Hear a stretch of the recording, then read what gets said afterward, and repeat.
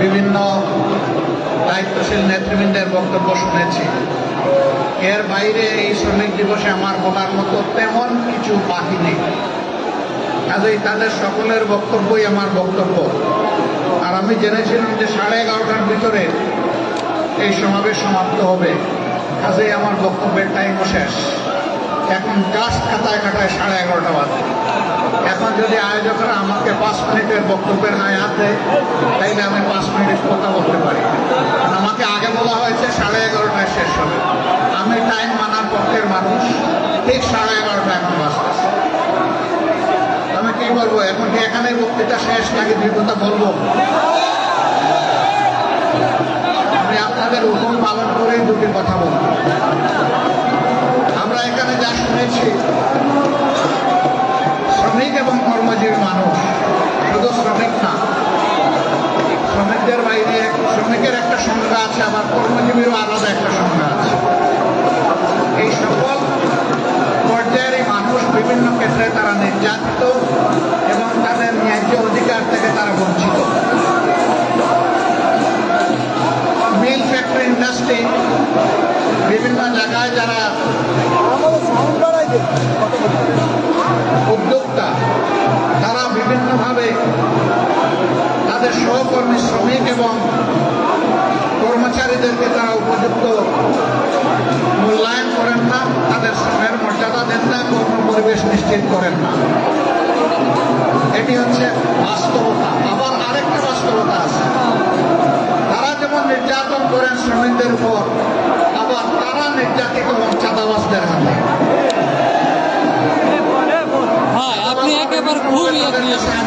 বিভিন্ন রূপ নিয়ে হাজির হয়, বিভিন্ন দিবস পালনের জন্য হাজির হয়, এবং কি আজকে দিবসটি পালন করার জন্যও বিভিন্ন জায়গায় হাজির হয়েছে। এই দ্বন্দ্ব কতদিন চলবে? আমরা চাই না এই দ্বন্দ্ব চলবে। আমরা চাই মালিক পক্ষ এটা বুঝবে, শ্রমিক বাঁচলে আমার শিল্প বাঁচবে, আমার ব্যবসা বাঁচবে। শ্রমিক যদি না বাঁচে, আমার ব্যবসা এবং শিল্প বাঁচবে না। আবার শ্রমিকরাও বুঝবে, উদ্যোক্তা, মালিক, শিল্পপতি যারা আছেন, তারা যদি বাঁচে তাইলে আমরাও বাঁচব। কারণ আমার কর্মস্থলটাই যদি ধ্বংস হয়ে যায়, আমি দাবিটা করবো কার কাছে? এই জন্য উভয় পক্ষেরই এখানে দায় আছে, দায়িত্ব আছে।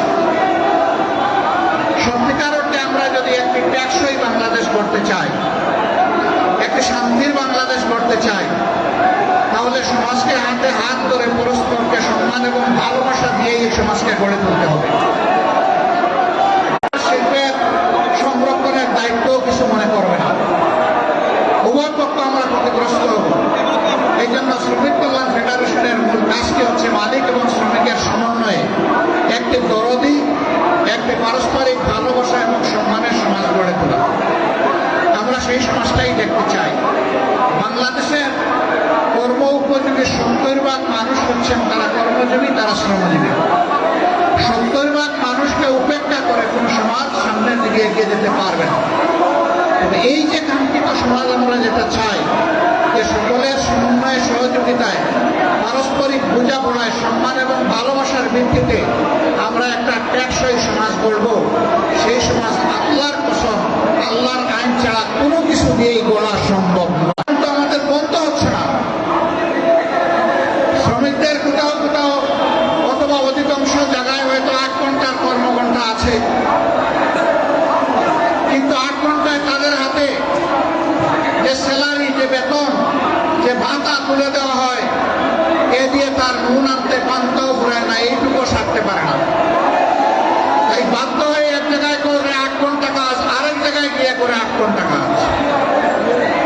সে তো মেশিন নয় রে ভাই, সে তো একটা মানুষ।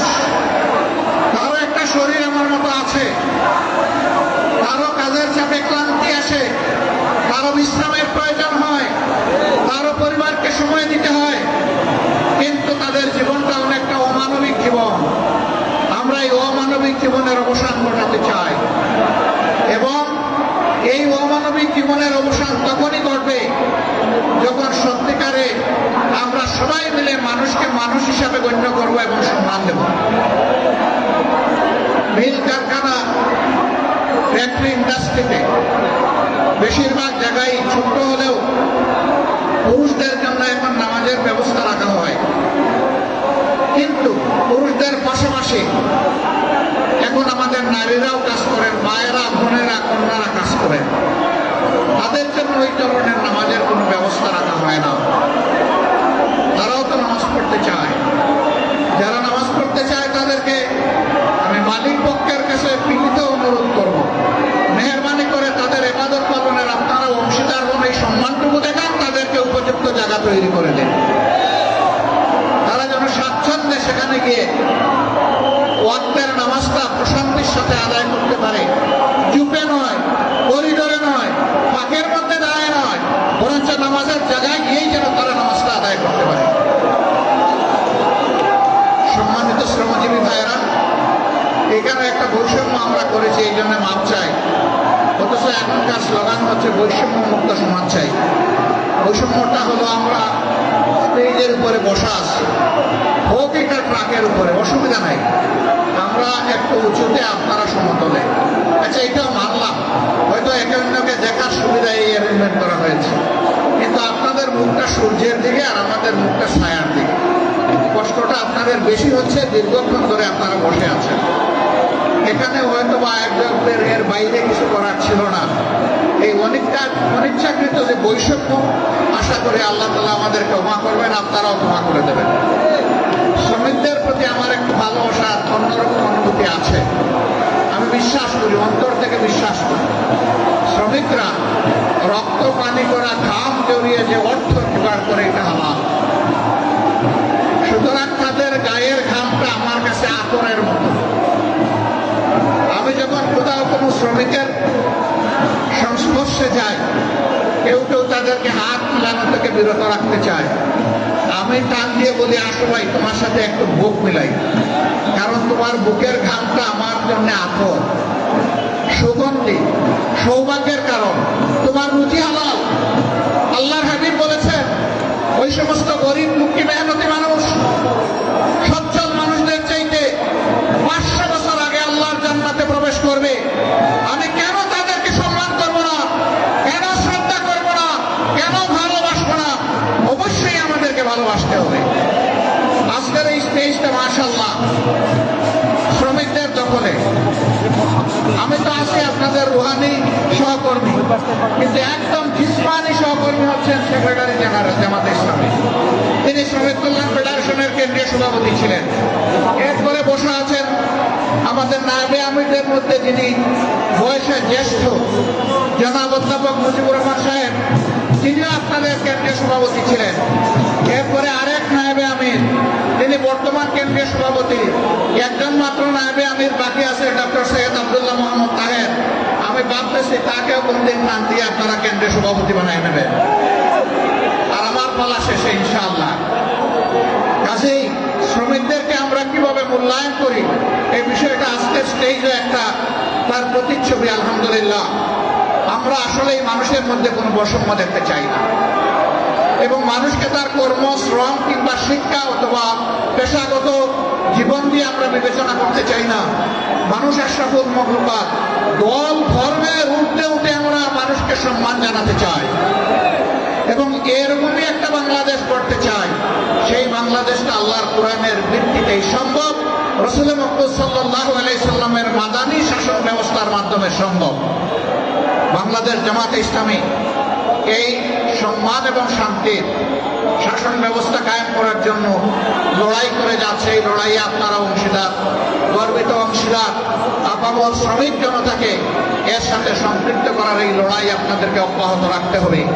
শ্রমিক বোন এবং গৃহকর্মীদের উদ্দেশ্যে আমি একটা কথা বলতে চাই, আমাদের প্রতিপক্ষ আমাদের বিরুদ্ধে অপবাদ শোনায়, জামাতে ইসলামী ক্ষমতায় গেলে মহিলাদের আর কোনো কাজ করতে দিবে না, ঘর থেকে বের হতে দেবে না। আমরা আমাদের এই বোনদেরকে নিশ্চয়তা দিচ্ছি, তারা তাদের যোগ্যতা এবং পছন্দ অনুযায়ী কর্মক্ষেত্রে কাজ করবেন। এখন তাদের কোনো সম্মান নাই, তাদের কোনো মর্যাদা নাই, এবং তাদের কোনো নিরাপত্তা নাই। সেই রাষ্ট্রে ইনশাআল্লাহ তাদের মর্যাদাও আমরা কায়েম করবো, তাদের নিরাপত্তাও নিশ্চিত করা হবে ইনশাআল্লাহ। নারী পুরুষ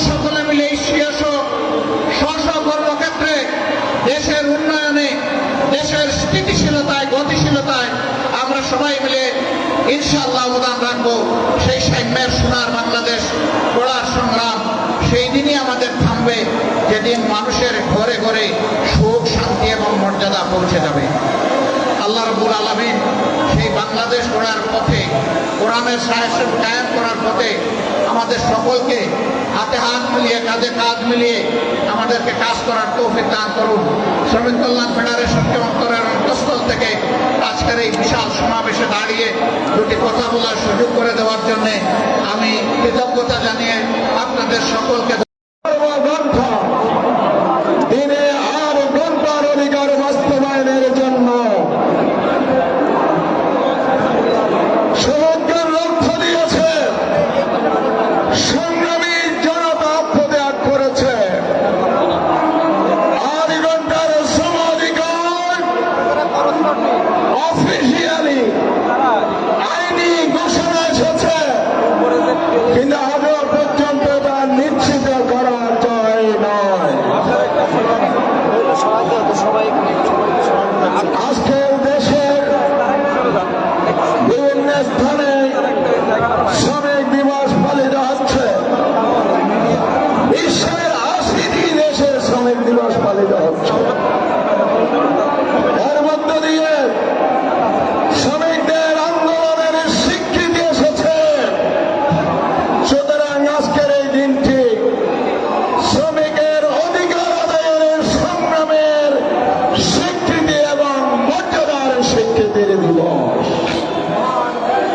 কিন্তু দুঃখজনক হচ্ছে যে বৈষম্য মুক্ত শ্রম অধিকার বাস্তবায়নের জন্য এত বড় ইতিহাস রচিত হয়েছে, যে শ্রমজীবী মানুষ সভ্যতা গড়ার কারিগর, উন্নয়নের কারিগর, সেই উন্নয়নের সুফল থেকে শ্রমিকরা সবসময় বঞ্চিত হয়েছে। সভ্যতার কারিগর উঁচু দালান বানায়, কারখানায় বস্ত্র উৎপাদন করে, খাদ্য উৎপাদন করে, শ্রমিকের বাড়িতে খাবার জোটে না প্রতিদিন। শ্রমিকের গায়ে ছেড়ে যাওয়া সোজা পায়। শ্রমিকরা যে সভ্যতার উঁচু দালান তৈরি করে, সেখানে তার থাকার জায়গা হয় না। আজকের এই দিবসে সুস্পষ্ট আমরা দাবি জানাচ্ছি, কর্ম ঘন্টা 8 ঘন্টা নিশ্চিত করতে হবে।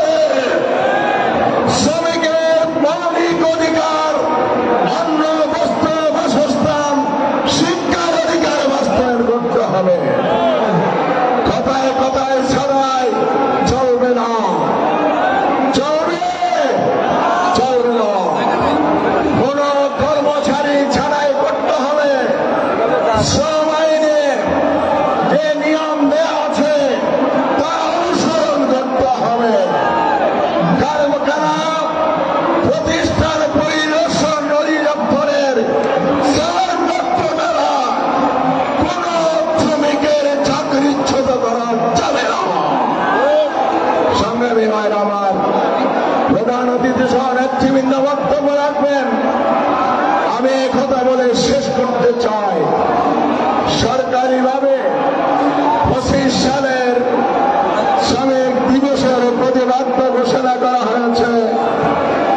শ্রমিক মালিক এক হয়ে এবার গর্ব নতুন, এবার দেশ গর্ব নতুন করে, এবার দেশ গর্ব নতুন করে, নতুন করে আমরা দেশ গড়ার ঘোষণা দিয়েছি। কিন্তু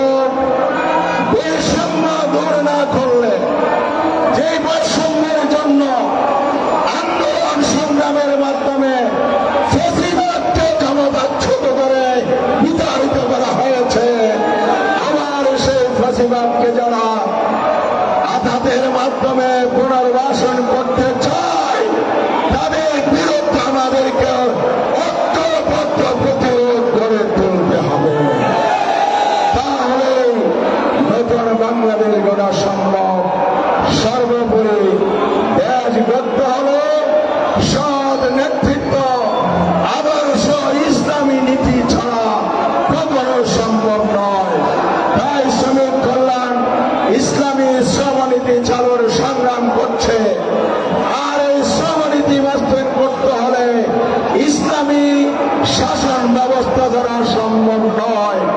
আমাদের সবাইকে ঐক্যবদ্ধ হয়ে সারা দেশে ইসলামী আন্দোলন সংগঠনকে সম্প্রসারণ করে ইসলামী রাষ্ট্র প্রতিষ্ঠার আন্দোলনকে এগিয়ে নিয়ে যেতে হবে।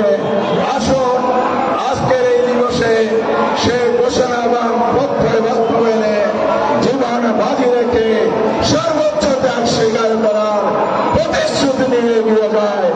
আল্লাহ হাফেজ। বাংলাদেশ জিন্দাবাদ। বাংলাদেশ শ্রমিক কল্যাণ ফেডারেশন জিন্দাবাদ।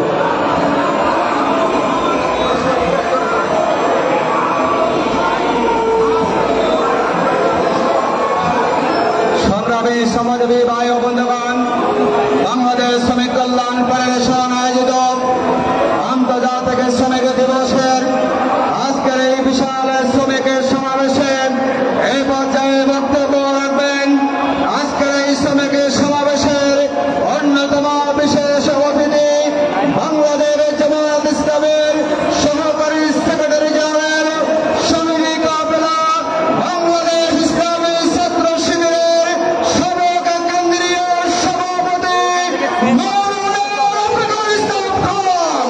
বক্তব্য রাখছেন মাওলানা রফিকুল ইসলাম খান। আলহামদুলিল্লাহ রাব্বিল আলামিন। আসসালাতু ওয়াসসালামু আলা রাসূলিহিল কারীম ওয়া আলা আলিহি ওয়া সাহবিহি আজমাইন। বাংলাদেশ শ্রমিক কল্যাণ ফেডারেশন এর উদ্যোগে আজকের আন্তর্জাতিক শ্রমিক দিবস উপলক্ষে আয়োজিত আজকের এই বিশাল শ্রমিক সমাবেশের সম্মানিত সভাপতি বাংলাদেশ শ্রমিক কল্যাণ ফেডারেশনের সংগ্রামী কেন্দ্রীয় সভাপতি সাবেক সংসদ সদস্য বাংলাদেশ জামাত ইসলামীর সম্মানিত সংগ্রামী নায়েবে আমির সংগ্রামী জননেতা জনাব মাওলানা আনম শামসুল ইসলাম, আজকের এই বিশাল শ্রমিক সমাবেশের সম্মানিত প্রধান অতিথি বিশ্ব ইসলামী আন্দোলনের অন্যতম প্রধান বাংলাদেশ জামাত ইসলামীর সংগ্রামী আমিরে জামাত, বাংলাদেশের মুক্তিগামী মানুষের প্রিয় নেতা সংগ্রামী জননেতা জনাব ডাক্তার শফিকুর রহমান সহ অন্যান্য নেতৃবৃন্দ, সম্মানিত সাংবাদিক বন্ধুগণ, সংগ্রামী শ্রমিক ছাত্র জনতা, আসসালামু আলাইকুম ওয়া রাহমাতুল্লাহি ওয়া বারাকাতুহু। সংগ্রামী ভাই এবং বন্ধুগণ, প্রধান অতিথি সহ আমাদের কেন্দ্রীয় নেতৃবৃন্দ বক্তব্য রাখবেন। 1886 সালে আজকের এই 1 মে আমেরিকার শিকাগো শহরের হে মার্কেটে শ্রমিকদের কর্মঘণ্টা 8 ঘন্টা করার দাবিতে যে আন্দোলন হয়েছিল, এই আন্দোলনে শ্রমিকরা জীবন দিয়েছিলেন তাদের অধিকার প্রতিষ্ঠার জন্য। 1886 সালে শুধু শ্রমিকরা জীবন দেয় নাই, রক্ত দেয় নাই, আত্মহতি দেয় নাই, এই দুনিয়ার সকল আন্দোলন সংগ্রামে অধিকার আদায়ের জন্য শ্রমিকরাই প্রথমেই জীবন দিয়েছেন, আত্মহতি দিয়েছেন। উচিত হয় না, কেমন হবে? এবারে জুলাই বিপ্লবে যারা শহীদ হয়েছেন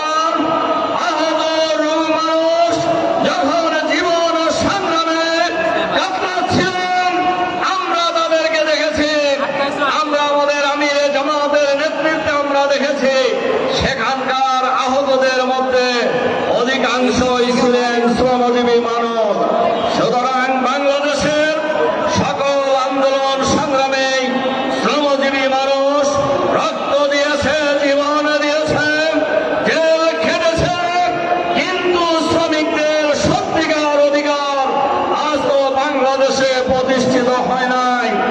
আমরা লক্ষ্য করি শ্রমিকরা বিশেষ করে বাংলাদেশের সবচাইতে বড় কর্মসংস্থানের জায়গা, সবচাইতে শ্রমজীবী মানুষের কর্মসংস্থানের জায়গা গার্মেন্টস ফ্যাক্টরিগুলিতে আমরা লক্ষ্য করি প্রায় আন্দোলন হয়। বিশেষ করে ঈদের আগে বেতনের দাবিতে, বোনাসের দাবিতে শ্রমিকরা আন্দোলন করে। আমরা এটাও লক্ষ্য করি ঈদ চলে যায়, শ্রমিকদের বেতন দেওয়া হয় না।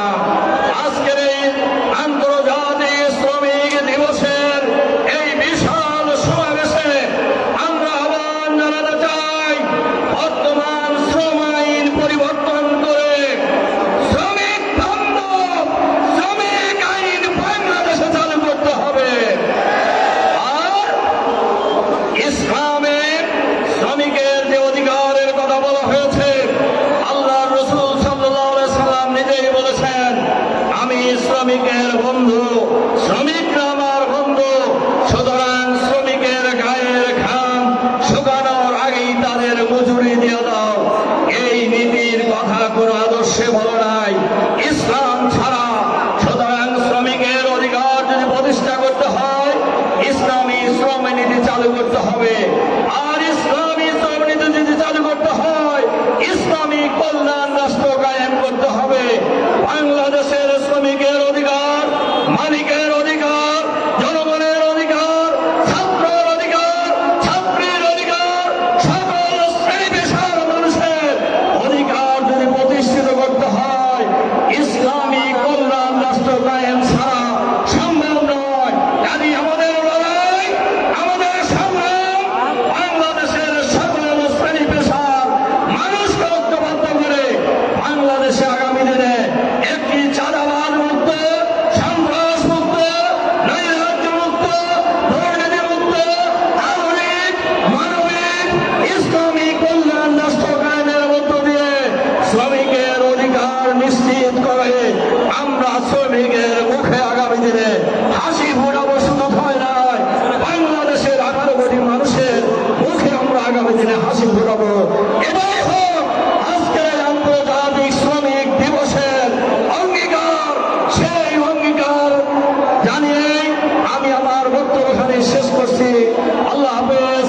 বাংলাদেশ শ্রমিক কল্যাণ ফেডারেশন জিন্দাবাদ। বাংলাদেশের শ্রমজীবী মানুষের বিজয় হোক। আসসালামু আলাইকুম রহমতুল্লাহি ওয়া বারাকাতুহু। সংগ্রামী শ্রমজীবী ভাই ও বন্ধুগণ, ইতিমধ্যে আমাদের মাঝে উপস্থিত হয়েছেন বাংলাদেশ শ্রমিক কল্যাণ ফেডারেশনের উদ্যোগে আয়োজিত আজকের এই বিশাল শ্রমিকের সমাবেশের অন্যতম বিশেষ অতিথি, বাংলাদেশ শ্রমিক কল্যাণ ফেডারেশনের সাবেক কেন্দ্রীয় সভাপতি, বাংলাদেশ জামাত ইসলামের সংগ্রামী সেক্রেটারি জেনারেল, সাবেক জাতীয় সংসদ সদস্য জননেতা অধ্যাপক মিয়া গোলাম পরোয়ার। আমরা সময় অতিথিকে আমাদের পক্ষ থেকে আন্তরিকভাবে অভিনন্দন জ্ঞাপন করছি। সংগ্রামী শ্রমজীবী ভাই ও বন্ধুগণ, আমাদের আজকের এই শ্রমিকের সমাবেশে এই পর্যায়ে একটি সাংস্কৃতিক পরিবেশনা, শ্রমিকের অধিকার সংক্রান্ত পরিবেশনা নিয়ে আছেন কল্যাণ সাংস্কৃতিক সংসদের শিল্পীবৃন্দ।